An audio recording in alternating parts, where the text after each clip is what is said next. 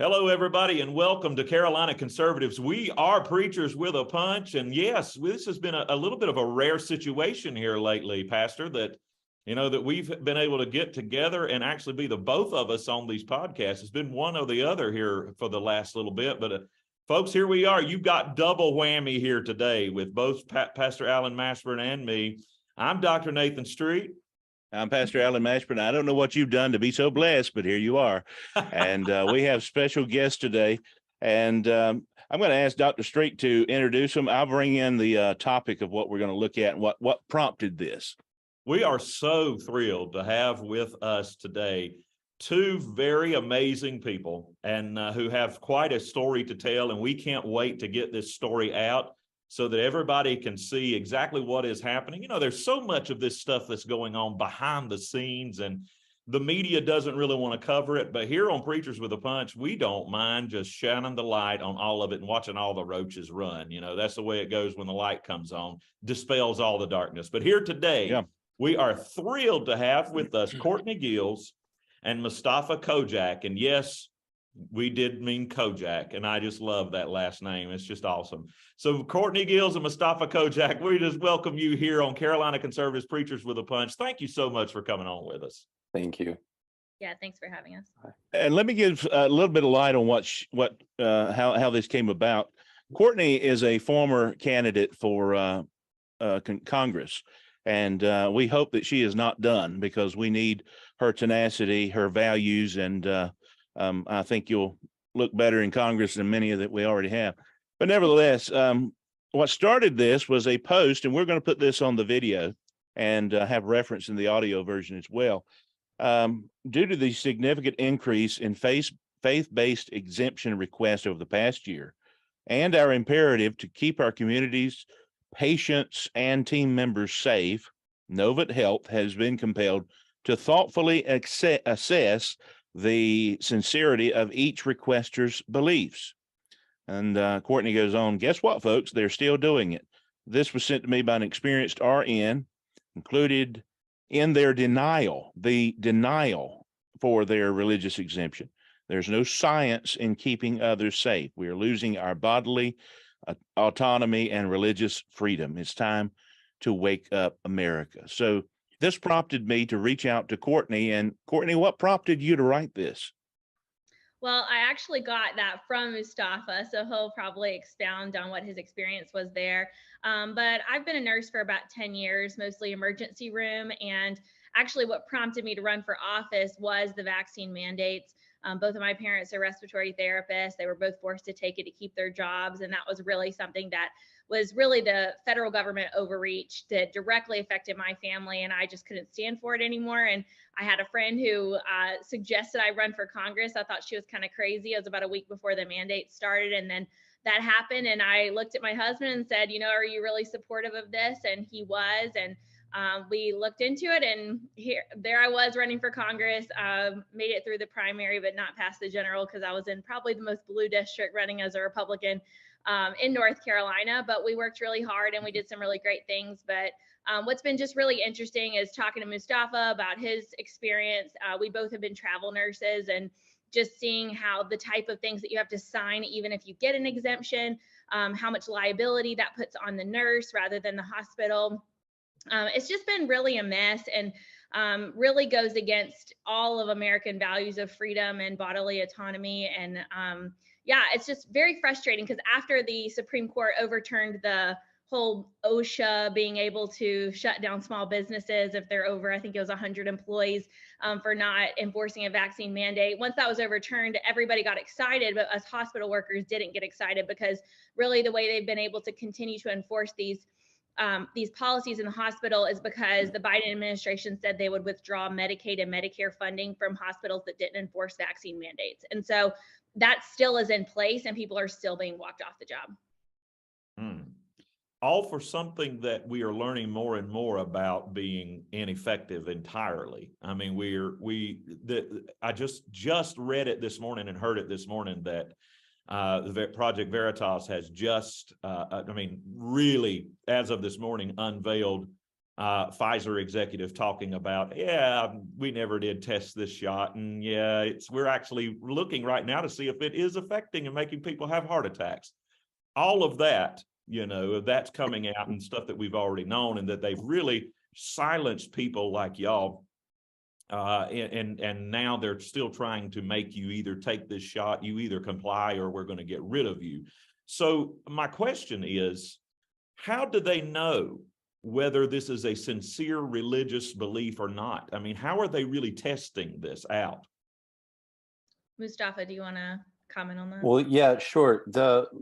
The real answer to that is the people who are asking for these faith-based religious exemptions. These aren't people who are actually of faith. These aren't people who believe that we are vessels given the breath of life in our mother's womb and that we're knit together. They don't follow anything about the scriptures from Mesopotamia, what we follow today in our culture. And they're definitely not following what we do as nurses when we have a code of ethics to do no harm and to uphold autonomy. Because as nurses and as physicians have that Hippocratical oath. Well, nurses, we follow after Florence Nightingale, who clearly follows after Jesus of Nazareth and the disciples who healed the people and raised the dead. And when she founded nursing, she founded it on those principles to say, hey, when we're taking care of people, we're taking care of them because we want to bring about healing to them. And so in hospitals today, after this COVID compliance thing has occurred, what I experienced was that you just have people that are behind closed doors. You don't know who they are. They don't elicit their name. They won't reveal themselves. You don't even have a primary email address to contact them back with. They just simply say, we are the faith-based committee, or we are the medical-based committee. We received your letter. We deny your reason of faith. So you can't actually speak to them one-on-one, which I've requested. I've said, hey, whoever denied my letter of faith, can you get me in touch with them so I can speak to them about their faith and what it is, why it is allowed for their opinion to supersede who I am as a person, as a living being. And so that's really a wall that I've hit. I don't know if that answers your question or not, but. So I just want to be clear about this, that there is a board of unnamed people. Yes. Unrecognized faces. We don't know who these people are. Don't even know how many there are. Right. Hiding behind a computer. Hiding behind a computer, sitting somewhere in the building, maybe not even in the building, who does not know you at all, who are making these decisions of, well, this is sincerely held belief or not, whether Christian, Muslim, Buddhist, whatever, that they are determining whether your belief is actually sincere or not. Am I correct on that? Yes, absolutely. And that they are not allowed to speak to you and you to speak to them. They're allowed to correspond to me. I do not have autonomy to speak to them. I'm not allowed to speak to them. I've asked because I was curious about this. I've had to fight them, and I'm on the winning side right now. But I had to say to them, like, when I got my second letter from them, it came from an email that was also anonymous, and it had a link that was a dead link.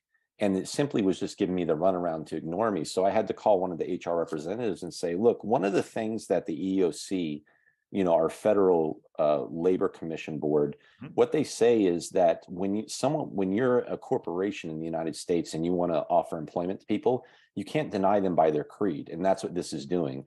And after I did that, I got an approval letter from them, but their approval letter also had stipulations to it that I didn't agree with or that I won't abide by because it goes against who I am. But this is something that's being elicited out of, they just get to stay anonymous. And when I've asked the hiring manager who this one particular job with Novant, I said, can you get me a hold of these people? He says, I have no way of getting a hold of them. I don't know who they are. And when I've asked the HR representatives, can you get a hold of these people? I need to talk to them about this because this goes against the nurse's code of practice. And they say, well, it's none of your concern. Huh. Yeah. Well, how about that? Yeah. One thing, have you seen this happen in any of your careers? Have you seen this happen with any other vaccines? No, absolutely not. Courtney, if you want to answer. Yeah, the only thing that they ever put pressure on for you to take is the flu vaccine, which what's really funny about that is the repercussions for if you didn't want to take the flu vaccine before COVID ever happened was you had to wear a mask all the time, which is Yeah. super funny now because now they're actually making you to sign the same ridiculous declinations for the flu vaccine that they have you sign for the COVID vaccine, which completely puts liability if you ever got or spread COVID or the flu to a patient. They could probably sue you with what they make you sign with the declination because they have you sign saying, I'm aware I can't get COVID or the flu from the vaccine. I'm aware I'm risking the lives of my patients, all the patients in the hospital, and all my friends and family. And with this information, I'm willing to decline, knowing all of this factual science. And it literally will use these slogans like the science says in the declination. So that was never something I ever I mean, I always took the flu shot just because I didn't want to wear a mask, but it was kind of funny right when all of COVID was hitting in the spring of 2020. I kind of made a joke to one of my coworkers. I was like, so what happens if I just like decline the flu vaccine? Now we're already having to wear masks all the time. And I think I took it, which that's a whole nother story. But we also know the flu vaccine, you know, we've been taking those for years and years and years, and they are a little bit edited, but they're not you know, mRNA drug. There's a lot more to that, but it is interesting how they've changed that verbiage, even with the flu vaccine, to match similarly to what the declination for the COVID vaccine is now. So basically, if you refuse the flu vaccine, according to that declination letter, you could not only open yourself up to a lawsuit, but you could be fired, obviously, because of that. Are there other are there other vaccines required in your job besides this one?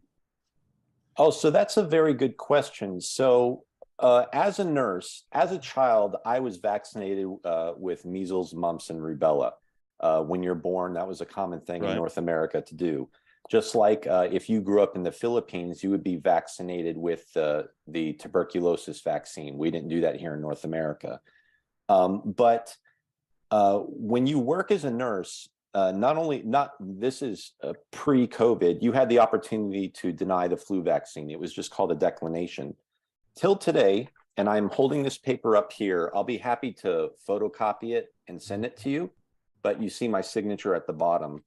This paper has listed on it vaccines that you are not required to have, and this was told to me by the Office of Healthcare at Novant Health, who does your intake when you're hired as an employee.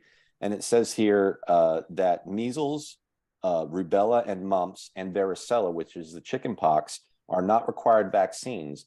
But it shows here a time frame that if you are exposed to this on your job as a nurse in the hospital, you have to stay out so many days because you need to pass the point of contagion.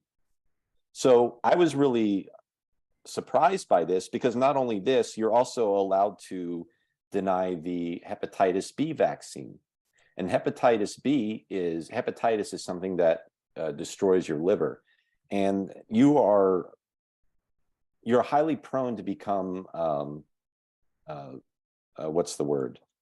I'm losing my words. Yeah, infected with hepatitis because you work with bloodborne and fecal-borne bacteria and viruses in the work environment. But this hospital is saying you can decline measles, mumps, and rubella. You can decline varicella if you haven't had the chickenpox, if you want to, and you can decline hepatitis B, but you can't decline the flu and you can't decline the COVID shot. And the problem with that is, the reason I say COVID shot is because the COVID vaccine is not a vaccine. A vaccine is something where you take an attenuated part of a virus and it's active or inactive depending on what kind of vaccine it is, and you put that in a person's body, and their immune system, their natural immune system, disseminates that particle, and it goes into your body, your bloodstream, and then your spleen teaches your blood cells, your white blood cells, how to adjust themselves so that when they see the full version of that virus in your body, they say, okay, here it is, here's the flu, or here's hepatitis, now attack it. And so you'll get sick for a while. You know, vaccines don't mean that you're not going to get sick. Anyone who's ever gotten the flu shot, if you ask any nurse or doctor, they'll say, man, you know, I never get the flu shot. This is a common thing people talk about before COVID. I never get the flu shot. I just don't need it. But then I got the flu shot and I got sick with the flu. And then the person giving you the flu shot says, well, at least you won't be as sick as long. But really what it was we were opening our immune system up to degradation, because these aren't things that are going to kill us. The flu's not going to kill us. You know, things like hepatitis can kill you. Measles, mumps, and rubella can kill you. So as medical professionals, we're vaccinated with that. But when it comes to the science of the COVID vaccine, there is no science to show you that beyond natural immunity, it helps you. In fact, the science, and I have all the papers to show this from the CDC and other independent organizations, say that if you are a healthy person and you get COVID and get better, not only are you immune, so you have a natural immunity to this virus significantly longer than someone who's taken the vaccine who has not been infected, but also you are helping your community because you're creating herd immunity. And so you're helping people who have immunocompromised issues with their body from becoming exposed to this virus. But the CDC and the hospital systems that are paid by the current Biden administration, who wrote the policies to say, hey, if you're a hospital and you want to get reimbursed through your Medicaid or your Medicare, you need to enforce this fake drug to the public to create compliance. Otherwise, we won't pay you for being a hospital. And that's why this is getting enforced with the hospital workers today. And it's never happened in the history of medicine before. This is new. Absolutely. That is exactly right. So I'm curious. There's so many different avenues to take with this, because we've heard that, the immunity, our immune systems are designed to build an immunity to diseases like this, and that this shot, this quote unquote vaccine, actually goes to the RNA level to completely change our immune system to fight all of these, to fight the COVID, or to resist COVID, and then leaves us susceptible to other diseases, which may be why flu and RSV are on the rise right now. I'd like to hear you on that. Do you think, maybe speculate a little bit, or use your expertise, your medical expertise? Do you think that because of the COVID shot that we and children have been taking this, that RSV is now on the rise again? Flu is worse than it's been in a long time. And do you think that it has that these young people who are dropping dead, 18 years old, 20 some years old, with heart issues, do you think that it is due to the COVID vaccine? Well, to answer that, with flu being on the rise and RSV being on the rise, that is a normal yearly occurrence, and it's very normal. You got to understand, viruses are normal, just like bacteria in the world. And there's a normal dynamic where we become infected with viruses and we grow stronger to them. But viruses also, unlike bacteria, viruses aren't alive. They're not living, breathing entities. Bacteria are alive. They grow, they eat, they reproduce, and they move about. Viruses are mechanisms of action. So if you put like the COVID shot in your body because you want to make yourself more immune to COVID, and if you want to do that, that's okay by your choice, by your autonomy. But I haven't seen any science that says, and in my spirit, I don't believe that taking the COVID shot makes you weaker to the flu or to RSV.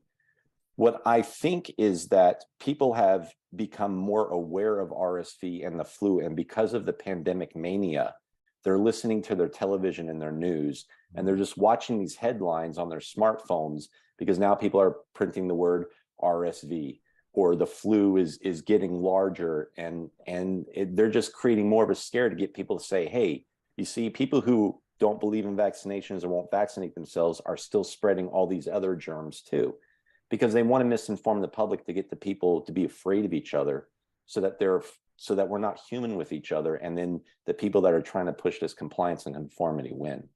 But I have all the evidence that has been written. I have a research paper here from Qatar that was published in 2021 that clearly states that if you get the COVID vaccine and you're a male between the ages of 12 and 22 years old, you have a propensity to develop cardiac issues from that vaccine. And that this same paper says that, hey, if you're a person who's healthy and you have good immunity, if you get sick from COVID and get better, not only are we seeing less hospital stays from people who have natural immunity to COVID, but people who didn't get COVID now and are getting these shots are being hospitalized more, and they have a more propensity to die from COVID. And this is something that's not being shared with the American public. And the CDC is not sharing this with the American public. The CDC is fudging numbers about the COVID vaccine. Anything that you see out of the CDC, it's information, and you want unbiased information. But what the CDC is printing is, if you read the literature, and I'll be happy to send you all the literature I have with the Please. footnotes so that you'll be aware for yourself. Because you always need to read up. Everyone just hears the word CDC and they go, oh, well, the CDC said. But if you actually read these research reports, they're not saying what the CDC is projecting onto the public. And what the CDC is always saying is that the vaccine is better. But actually what the data shows is that if you're someone who is of the age of 65 and older, and you have a problem with your heart or your lungs or your liver or your immune system, it's shown that if you get the COVID vaccine, it may help you so that when you contract COVID, you won't get as sick. But they take that information and they add it to the entire populace of healthy people. And then they fudge the numbers and they lie. They literally have lied to the public for 2 years now. And they say, well, if you get COVID without the vaccine, you have more of a propensity to get sicker and to be hospitalized or die from it. And that's completely untrue. If that was true, Courtney Gills and I would be dead. The two of you would be dead. Everyone in this world would be dead, because everyone in the world is not like a healthcare worker. You see, they talk about wearing masks. We wear masks in hospitals all the time before COVID, but we knew of a way of touching our mask, taking it off, cleaning our hands. We have these type of PPE, these personal protective equipment that we wear, and ways to take it off and clean our bodies and our extremities so that we don't pass germs. If you go into a Starbucks coffee and you have 10 people standing in a line behind each other, all wearing masks, they're touching their mask, they're touching their phone, they have their hand propped up on the counter while they make their order, they're touching their cup, they're drinking their coffee, they're spreading germs. It's a natural thing for humans to do. Yes. And the CDC is not recognizing this. They just keep telling people, if you put a mask on your face and a shot in your arm, do what we say and comply, and you won't die from this. And it's completely untrue.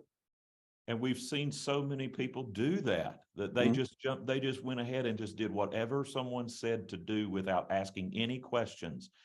Courtney, here's what it comes down to is we're supposed to have bodily autonomy. You know, the left likes to scream, it's my body, get your hands off my body, until it comes down to the shot, where then they want to dictate to everyone what to do with their own body.